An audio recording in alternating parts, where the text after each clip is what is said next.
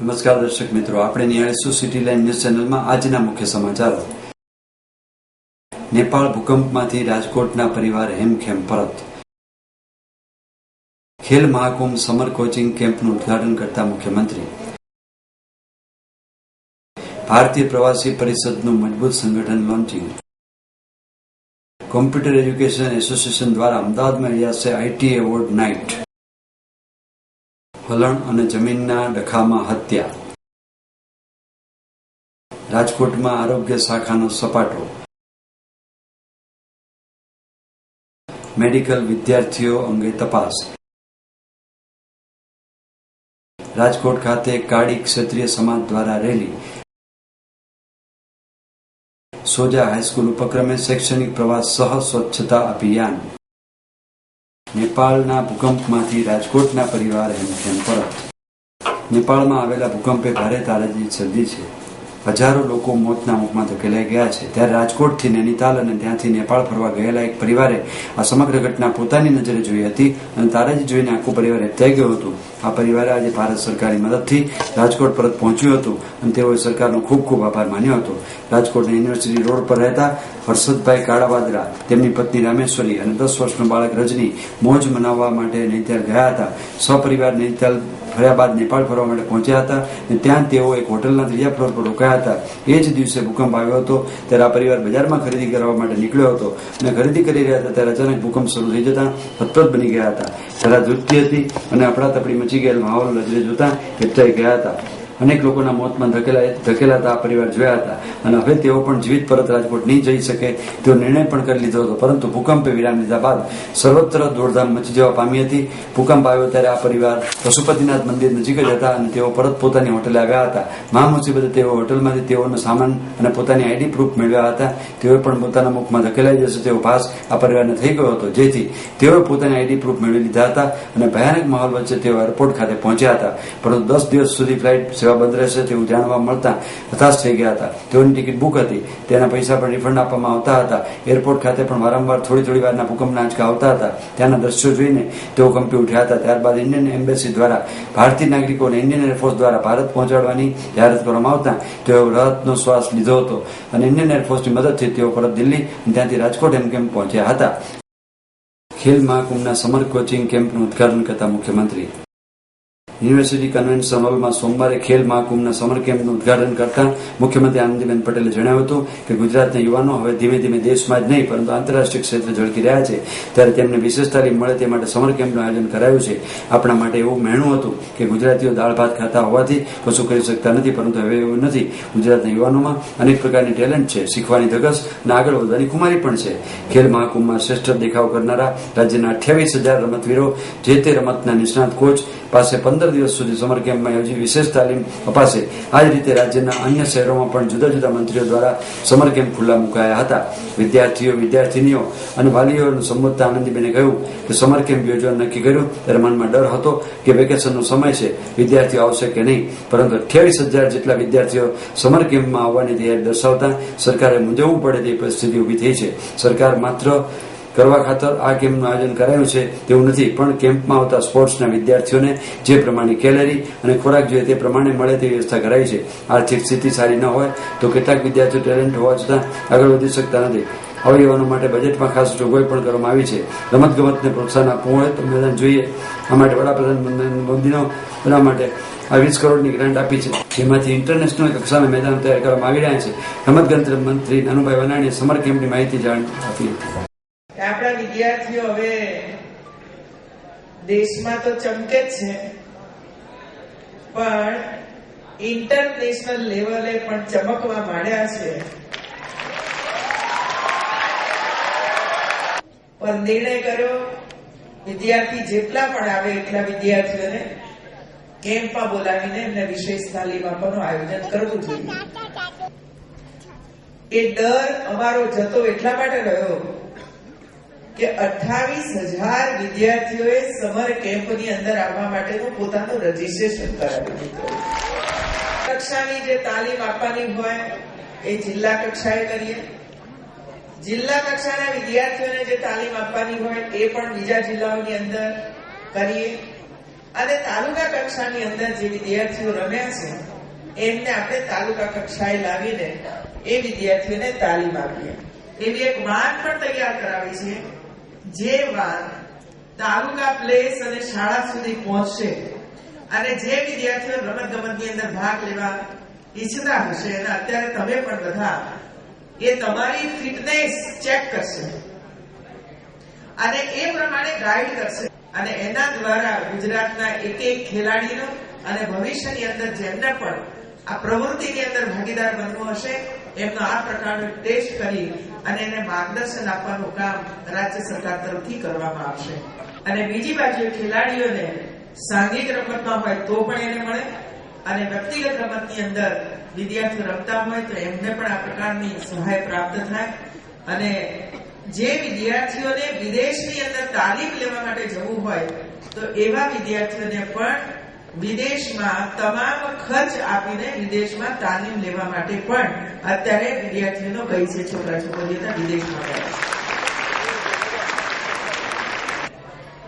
અભ્યાસ તૈયાર કરીને આગળ વધીએ તો વિશ્વનો જે પણ યુવા ધન છે એની સામે ગુજરાતનો વિદ્યાર્થી કે ભારતનો વિદ્યાર્થી આંખમાં આંખ મિલાવીને હિંમતપૂર્વક ઉભો રહી શકે એટલો તાકાતવર ગુજરાતનો વિદ્યાર્થી બને એ અમારી નેમ છે. મિત્રો,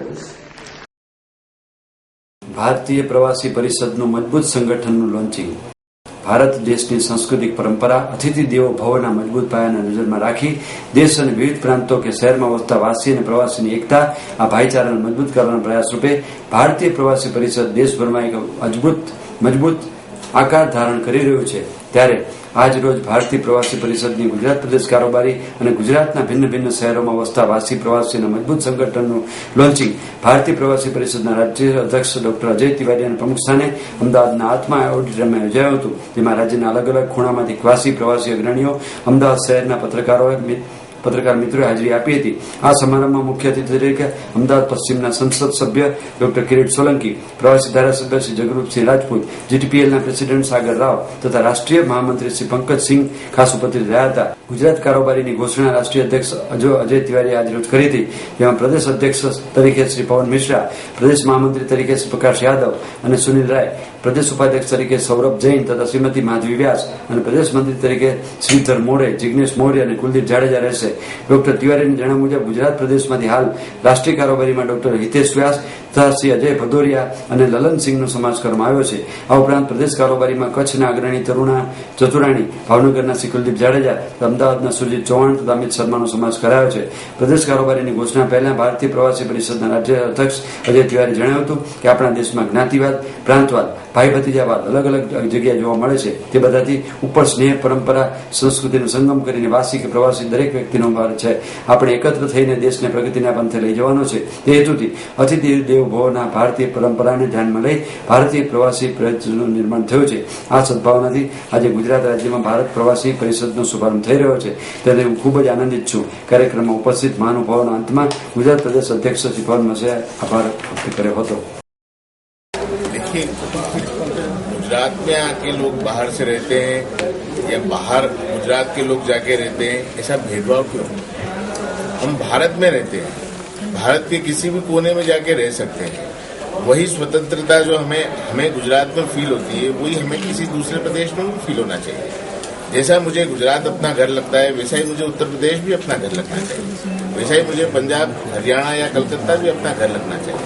ये भेदभाव मेरे ख्याल से पॉलिटिकल मोटिव जैसे तिवारी जी ने बताया उसकी वजह से कुछ शायद आ गए हैं, तो इनको खत्म करना चाहिए. हम भारतीय हैं और भारतीय ही रहेंगे और हमेशा भारतीय बने रहने में ही हमें गर्व महसूस होगा. मैं किसी भी मीडिया चैनल से, किसी भी व्यक्ति से ये पूछ सकता हूं कि भारत देश में अब तक ऐसी कितनी संस्थाएं बनी हैं, ब्राह्मण समाज, ठाकुर समाज, राजपूत समाज, कायस्थ समाज, लगभग मेरे ख्याल से अगर गिनती की जाए तो मुझे साल भर तो लगेगा सारी गिनती करने में कितनी संस्थाएं बनी हैं. लेकिन यदि वो मानव जो सिर्फ इस भारत में अतिथि बनकर के आने वाले लोगों का सम्मान करे, और भारतीय प्रवासी परिषद, प्रवासी मंत्रालय आखिर बना क्यों? प्रवासी मंत्रालय बना इसीलिए था कि यदि कोई प्रवास करेगा तो उसकी सुरक्षा सरकार करेगी, यही तो बना था। और इसलिए भारतीय प्रवासी परिषद बनाया गया है ताकि प्रवासियों को यह सोचने पर जरा सा भी विवश न होना पड़े कि मेरी मजबूती भारत सरकार नहीं देख रही है, मेरी मदद नहीं कर रही। ऐसा नहीं, भारत सरकार प्रवासियों की मदद करेगी यदि भारतीय प्रवासी परिषद के माध्यम से या सरकार के माध्यम से प्रवासी सूचना केंद्र प्रत्येक राज्य में बना दिया जाए। કોમ્પ્યુટર એજ્યુકેશન એસોસિએશન દ્વારા અમદાવાદમાં યોજાશે આઈટી એવોર્ડ નાઇટ। આઈટી ક્ષેત્રના વ્યાપ અને વિકાસ માટે કામ કરતા ગુજરાતના જાણીતા એસોસિએશન એવા કોમ્પ્યુટર એજ્યુકેશન એસોસિએશન દ્વારા સતત 6ઠા વર્ષે આઈટી એવોર્ડ સમારોહ યોજવા જઈ રહ્યો છે। સીઈઓ દ્વારા આગામી 30મીના રોજ અમદાવાદ પાલડી ખાતે આવેલા ટાગોર હોલમાં રાત્રે 9 વાગ્યાથી ભવ્ય આઈટી એવોર્ડ નાઇટનું આયોજન કરાયું છે, જેમાં ગુજરાત પ્રદેશ કોંગ્રેસના પ્રમુખ શ્રી ભરતસિંહ સોલંકીના હસ્તે આઈટી ક્ષેત્ર સમાજ ઉપયોગી અને નોંધનીય કામ કરનાર 5 વ્યક્તિઓને એવોર્ડ અપાશે। તેમાં આઈટી એવોર્ડ નાઇટમાં મુંબઈના જાણીતા કોરિયોગ્રાફર રાજ સિનેજિયા દ્વારા કોરિયોગ્રાફર કરાયેલ ઉમ્મીદ ડાન્સ અને ફેશન શો પણ યોજાશે। આ અંગે કોમ્પ્યુટર એજ્યુકેશન એસોસિએશનના પ્રમુખ શ્રી હેમાંગ રાવલે જણાવ્યું હતું કે એસોસિએશનની કમિટી દ્વારા સમાજના જુદા ક્ષેત્રમાં ઇન્ફોર્મેશન ટેકનોલોજીનો ઉપયોગ કરી તેનો ફેલાવો કરવા માટે કટિબદ્ધ વ્યક્તિઓ માટે વર્ષ 2010થી આઈટી સન્માન એવોર્ડ સમારંભ આયોજન કરવામાં આવે છે। ત્યારે ઇન્ફોર્મેશન ટેકનોલોજી વ્યાપ વધે તેની સંકળાયેલા કર્તવ્યનિષ્ઠ કર્મનિષ્ઠ વ્યક્તિઓનો ઉત્સાહ વધારવા સીઓ દ્વારા 6ઠા વર્ષે પણ 2015માં પણ એવોર્ડ સમારોહ આયોજન કરેલ છે। આ એવોર્ડ નાઇટમાં મુંબઈના જાણીતા કોરિયોગ્રાફર રાજ સિનેજિયા દ્વારા ઉમ્મીદના થીમ પર સમાજમાં પ્રવર્તતી મહિલાલક્ષી પ્રશ્નો જેવા કે બેટી બચાવો, વુમન હેરેસમેન્ટ વગેરે ઉજાગર કરવા ડાન્સ અને ફેશન શોની પણ રજૂઆત કરાશે। આ કાર્યક્રમમાં આઈટી ક્ષેત્રના નામાંકિત લોકો તથા એસોસિએશનના ફેમિલી મેમ્બર્સ તથા વિદ્યાર્થીઓ અને વાલીઓ પણ ઉપસ્થિત રહેશે। કોમ્પ્યુટર એજ્યુકેશન એસોસિએશન એ સરકાર માન્ય રજિસ્ટર્ડ સંગઠન છે। આ સંગઠન હેઠળ ગુજરાતમાં 250થી વધુ સોફ્ટવેર, કોમ્પ્યુટર સોફ્ટવેર અને હાર્ડવેર ટ્રેનિંગ આપતી સંસ્થા સંકળાયેલ છે। આમ આ સંગઠન 1 લાખથી વધુ આઈટી વિદ્યાર્થી પ્રોફેશનલનું પ્રતિનિધિત્વ કરે છે। એસોસિએશનની વિધિવત સ્થાપના 5 માર્ચ 2009ના રોજ થઈ હતી અને સીએ દ્વારા અત્યાર સુધીમાં જુદી જગ્યાએ 21થી વધુ સમાજ ઉપયોગી કાર્યક્રમો યોજાયા છે। મારું નામ હેમાંગ રાવલ છે। કોમ્પ્યુટર એજ્યુકેશન એસોસિએશન ગુજરાતનું પ્રેસિડેન્ટ છું। Information technology award computer education association છેલ્લા 5 વર્ષથી આપી રહ્યા છે।